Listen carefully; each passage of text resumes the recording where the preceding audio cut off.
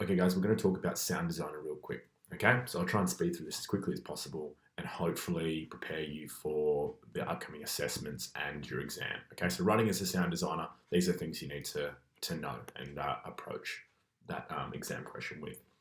Terminology, these kinds of terms I want you to be using frequently. You know, some of you come from a musician background, so you use that in your favour. If you know those musical terms, use them. So for instance, quality, diegetic and non-diegetic, I'll talk about next slide. Consistent, inconsistent. So you're always thinking about the thing, like everything is a continuum, what's on one end and what's on the other. And then you use those against each other. Just like expansive space on one side, claustrophobic space on the other. Staccato, legato, ostinato, staccato being short, sharp, legato being long, drawn out, ostinato being a pattern. All right, crescendo, something building up, decrescendo, something reducing. Organic versus mechanic. You just think about speaker placement. Cluster or a herd is like a grouping of speakers. Sporadic is a form of placement. Then we can think about the particular sounds that we use. You know, what's the difference between using a full-bodied brass section in the sound that we create, or a light, organic woodwind section. You know, what's the difference? How do they implement and affect our audience in a different way? Every sound that we add, okay, so we add all our sounds to the space and to a particular scene, that then creates a soundscape. So that's what soundscape is. Body percussion, so basically, how is the performing body as a meaning maker, contributing to the sound that we create, all right? Body percussion is a great example of that. Oral support is basically what we provide. Us giving the sound and putting our sound ideas forward, that means that we're providing oral support. Metonymic, symbolic. It's about metonymy. It's about something representing another thing, okay? So when you use a metonymic approach, you are using a symbolic representative approach. An aesthetic distance. Use this when you talk about Würfel-Dunks Bertolt Brecht, about creating aesthetic distance is about moving the audience away from the action, okay? Trying to distance them for some reason. Distance them emotionally, usually, right? Trying to break that connection and distance them.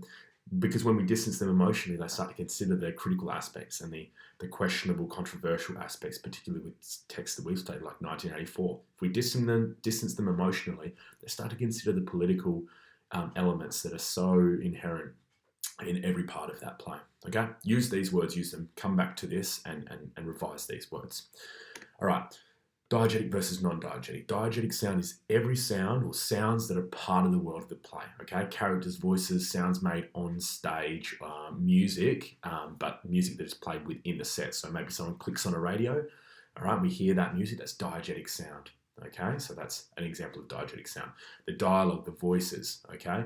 Diegetic sound. Non-diegetic is everything outside of the world of the play, okay? So we have our world, anything that we contribute outside of that. So background music, we've got narrators, comments, sound effects that may or may not be heard by the characters on stage. So in simpleton's terms, my suggestion is think of diegetic as everything that the actors and the characters on stage hear and react to. And non-diegetic is everything that they don't, okay? Or they don't necessarily interpret the same way, okay? There's a 4-step process, 4 things I want you to consider when you're approaching your sound design. Step 1 is drawing up your space, okay? The same way that we do it as a scenographer. You've got to draw up your space, it needs to be to scale, and you need to start thinking about annotations, okay? Where are our exits? How long is our space? How deep is our space? Okay, how many audience members are in there, and then start to think about each particular item that you place on stage. All right, we still want to be creative with our set design, even though we're actually covering sound design. So you're still going to be creative, but you're just going to focus on the sound design element. Okay, it's all encompassing in it.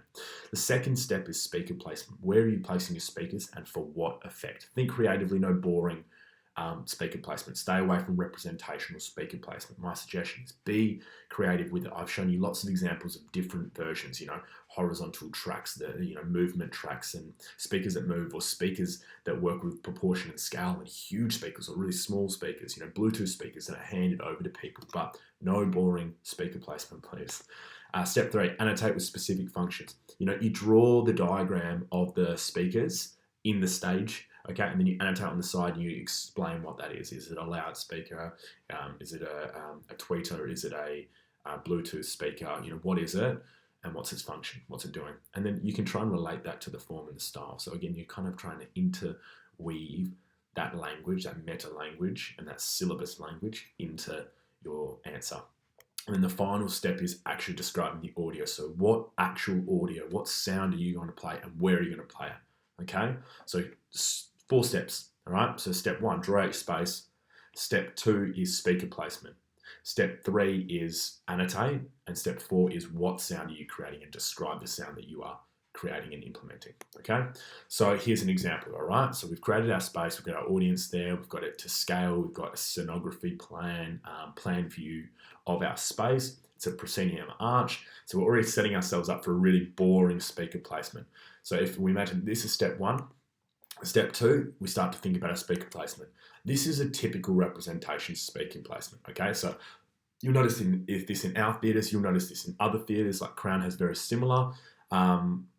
The speaker placement is up in the rig and it's hidden usually so that the audience aren't, that fourth wall isn't broken, that they can really, tap into what's happening on stage. Okay, so usually these speakers are hidden, okay, and they provide pure oral support, all right, and it's largely just non-diegetic that we get through these.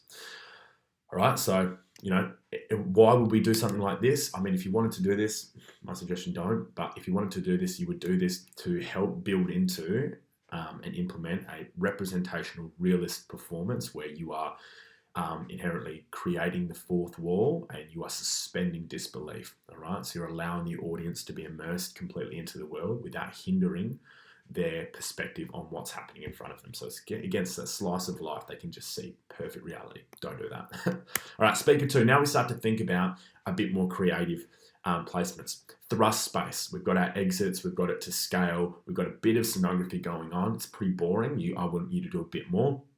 We've got a bit of scenography going on. We've got our audience members. And then we start to think about 3 separate clusters placed at the back of the theatre, okay, behind the audience members.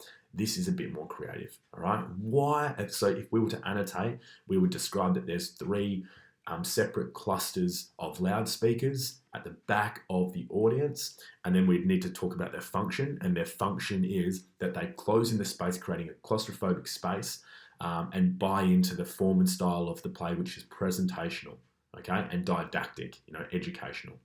Then our next step would be obviously to describe some of the sounds that would come out of there. Imagine hearing a siren, like a blaring, really loud, distorted, high-pitched siren, at random times throughout the performance coming from behind you.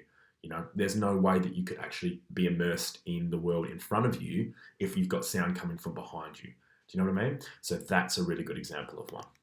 Here's another example, all right? So we have 3 separate and purposefully placed loudspeakers downstage towards the audience at 3 separate points. So you can just say downstage left, downstage right, and down center stage, all right? So again, you want to use that stage geography terminology.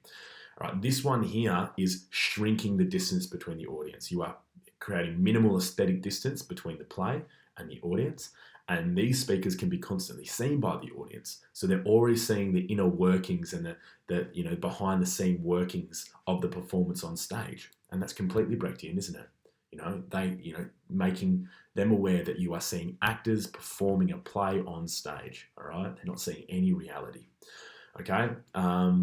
The kinds of sounds that you could have out of this, you maybe have actors talking backstage, actors transitioning. You might have a narration of the stage directions coming from these. Again, that helps to build that belief, okay? So it's what you want the audience to believe, all right? I'm not watching a play. I can see a loudspeaker right in front of me. What kind of sounds can also implement and affect that in a positive way? Exactly, what I've just said before, stage directions being read out. Reference to people in the audience, anything along those lines can help with that, all right? Here's the last one. So we have 2 separate loudspeakers on horizontal movement tracks. One that tracks from upstage right to upstage left, okay? And the other one that tracks from behind the audience closest to downstage left to downstage right, okay? And they're on movement tracks. The purpose of it is that they're constantly moving and they set a tone and a mood and an atmosphere of this uneasy quality, okay? Which is really, really powerful. They're visible by the audience so that they know they're moving and they can never quite quite tell where that sound's coming from. Now, what you could play through these speakers, so imagine that you've got that right and you've talked about that, you're buying into presentational epic theatre. You've got that. The types of sounds that you might play out of these is you might just play dialogue, right? And one part of the audience hears the dialogue, and then when it gets to the other stage, the other part of the audience hears a different part of dialogue. So you're already segregating the information that's being delivered to audience members, okay? Or you could segregate them completely and you could turn them against each other. I know I've heard of a play where they've actually just presented good information to one half of the audience and bad information to the other half, okay? And then they felt that there was this class system that was being developed in the audience. So they started to turn on each other, okay? And they would yell at each other and they were kind of like forced to, feel that uneasiness and that unfair quality of the information that's being presented. That really does tie into 1984 and the forces of that play. All right, we've got step 2. Step 1 and step 2 done. Step 1 again, draw up your stage space. Step 2, speaker placement. Step 3, annotations. Okay, so we've got 2 basically speakers that we're using, and we're going to annotate them on the side. So we've got our loudspeaker for resonant and powerful audio. Another factor that we're going to take in is the horizontal track. Horizontal track for loudspeaker movement. All right, and then again, weave that language into them, the stage geography. Okay, they track from stage left to stage right. All right, as soon as a micer reads that, they go, oh, this person knows their stage geography. They know their terms. Great. Okay. And it makes sense to use that terminology there. And then lastly, we have a portable Bluetooth speaker. You could just call it a Bluetooth speaker. But when I say portable, what do you start to think about that speaker? Because when I hear portable, I start to think, oh, actors are going to work with that. They're going to pick that up. They're going to take that places. Okay. If you just say Bluetooth speaker, that could be anything. That could be a standalone big loudspeaker with Bluetooth connectivity. But a portable Bluetooth speaker, it already is starting to get whoever reads your assessment thinking about, oh, someone might pick that up. That's portable, so they might take that around the stage space. Okay, so it's a bit more creative, a bit more innovative. Step 4 is your sound decisions. Now, I've given you some examples here, and I think I showed you this briefly. Okay, so here's your sound decisions. This is your question, all right? Discuss how you apply one principle of design to maximize audience engagement. It's a really simple design question, a really simple sound design question, okay?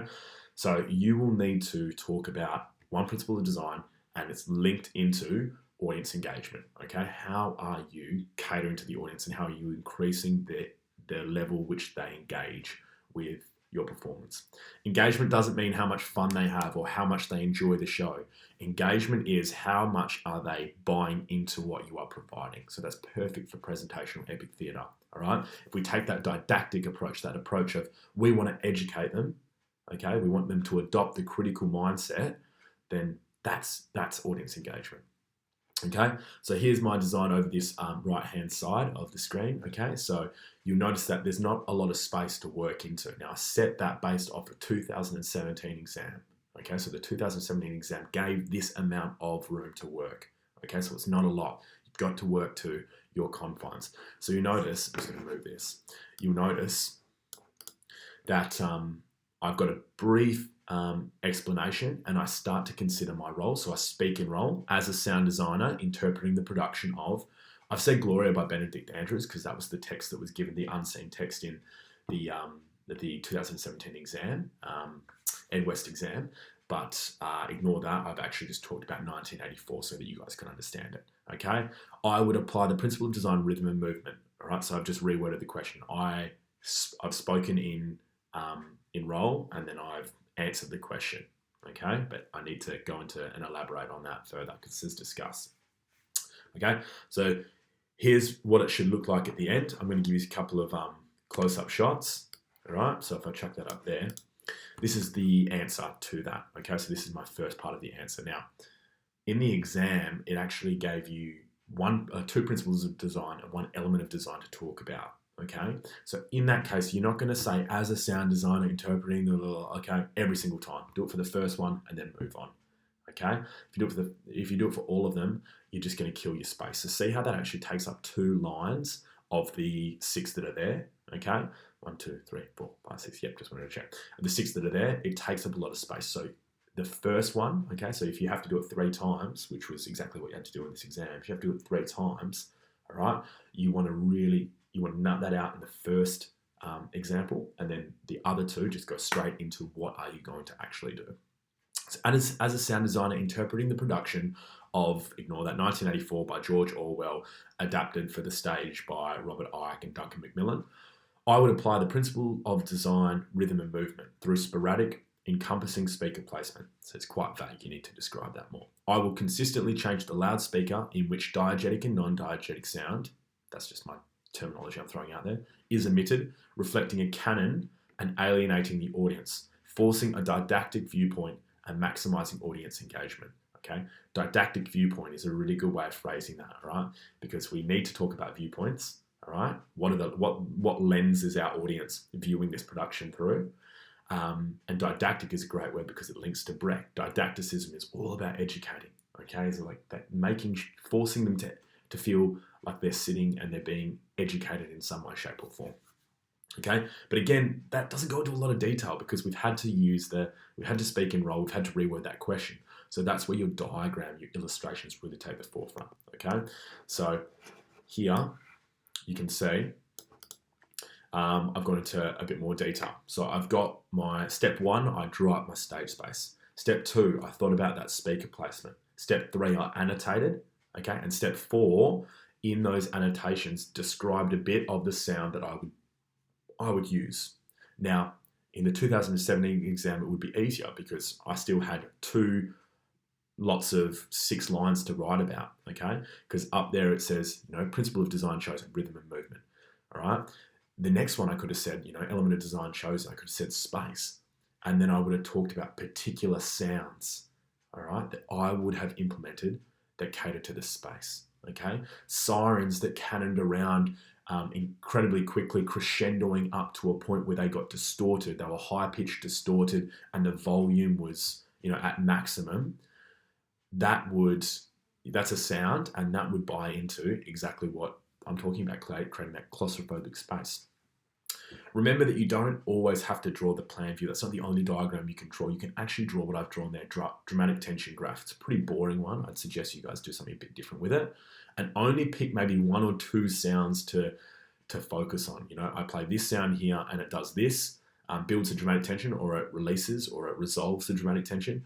And I play this sound here and it, does the opposite. Always go for contrasting. The first sound builds dramatic tension and the second sound resolves dramatic tension so that you can always compare. So it should never be the same. They shouldn't do the same thing. You should show variation and show how 2 different sounds create 2 different moods and atmospheres.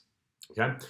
So look at my annotations. Loudspeakers placed sporadically around the interior walls. Sound will cannon around speakers, increasing the mood of entrapment, creating a claustrophobic space. More to the point, I've got the dramatic tension graph. I've gone into more detail here, and I've talked about an actual sound. I've started to describe it in the terms that we've used in class. This is key. Okay, so I've got the dramatic tension graph, and I see how I've got 4 in that little speaker. That's supposed to represent, it's not really clear, so I'd suggest you guys make it a bit more clear. Again, I was just rushing to try and get this done as quickly as possible. Make it more clear. Draw the circle, okay, and represent it and point it to number 4 on the dramatic tension graph, okay? Throughout the lines spoken in the minute of hate, as the characters chat Big Brother, I would cannon around a non-diegetic mechanical siren that crescendos progressively from piano to forte, building dramatic tension and entrapping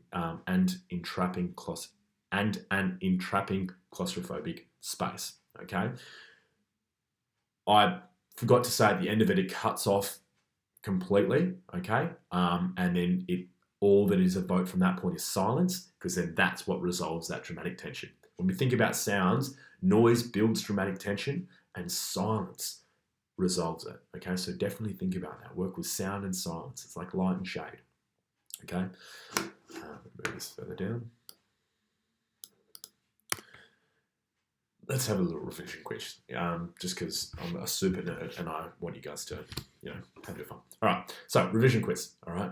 Ask you a question, see how you can go with answering it. Sound which is part of the world of the play is called what? I feel like I need to have that like dun, dun, dun, dun, dun, dun, dun. Just pause it, okay? So after each time this comes up, pause it, try and answer the question if you can, and then we'll go. It's diegetic sound, okay? Sound which is not part of the world of the play is non-diegetic sound. The collective term for all sounds used in a design is called what? All the different sounds, when we place them into one, that collective term is called a soundscape. Okay, question 3. Sound designers are required to explain their decisions in which of the following choices? Okay, I'm just going to move this so you can see them. All right, in which of the following decisions does a sound designer have to describe what they do? Sonography, quality of sound, sound aesthetic, speaker placement.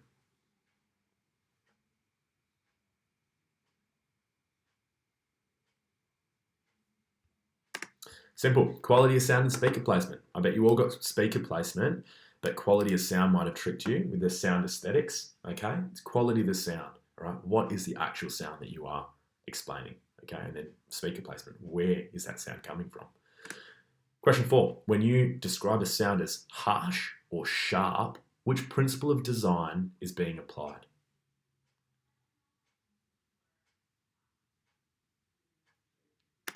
Texture, of course, harsh, sharp.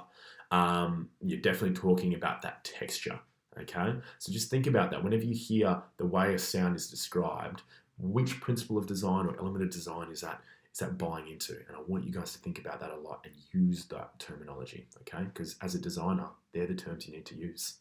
That is actually, it's like when you're an actor and you're talking about voice. We're not just going to say, yeah, I'm just going to make my voice louder. We have a specific set of rules and terms that we need to use, just like with a designer. When you describe a sound as claustrophobic or expansive, which element of design is being applied?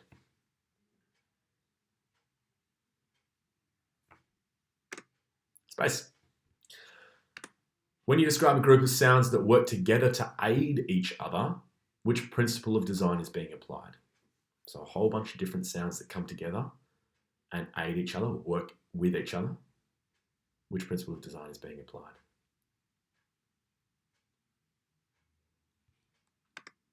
Harmony, yeah. If they work together at opposite ends or two different completely sounds and they work together, that's balance. If they work against each other, that's contrast, yeah. There's 2 diagrams that you could use to demonstrate sound design choices. So if it was to ask you illustrate your ideas or design, create a design plan for it, what are 2 different diagrams that you could use?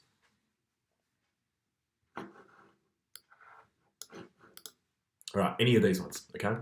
A plan view stage diagram, okay? So that's our bird's eye view of what we're looking at. You could use a dramatic tension graph like I had in my answer. So they're the 2 that I used. Another variation, not too common, is annotated textual reference. You might actually write out the textual reference and then you might illustrate some lines off that or particular sounds that happen within that line. Okay, so you might draw diagrams and then annotate those around a textual reference. So it's creative, it's different. So, if you feel confident and comfortable doing that, then try that as well, okay? That's the end of it, okay? So guys, what I suggest you do is revise over this and revise your terminology. The most important thing is that you have those 4 steps down, okay? That first step, all right, is always drawing up your stage space to scale. Okay, draw up your stage space to scale and kind of tick off the sonography element of what you need to do really quickly. Okay. The second step is your speaker placement. All right. Your speaker placement. Where are you placing your speakers? Where in the space are you placing them? And you have to think creatively and innovatively about that. Try and think about using different types of speakers as well. The third one is your annotations. Annotate your speakers and anything else that's really prevalent to your role on the side and start to describe why you've placed that there and what its function is. Okay. And then the last step is your actual sound. What is the quality of sound that you are going to be presenting to your audience? Link it into the form and style of theatre. Okay. Link it into our practitioner approaches, Brechtian's practitioner approaches, Würfel-Dunks effect. How's it going to disconnect your audience? Okay. So, or didacticism. How's it going to educate your audience? Historification, how is it presenting an aspect or quality of history in order to maximize audience engagement? Okay. But yeah, that quality of sound, be descriptive, be super, super descriptive about it, okay? And use those terms that we've described and learned in class. That's it from me, guys. Make sure that you revise that, and hopefully you guys can smash out the next assessment and work towards your exam really well. So, thanks.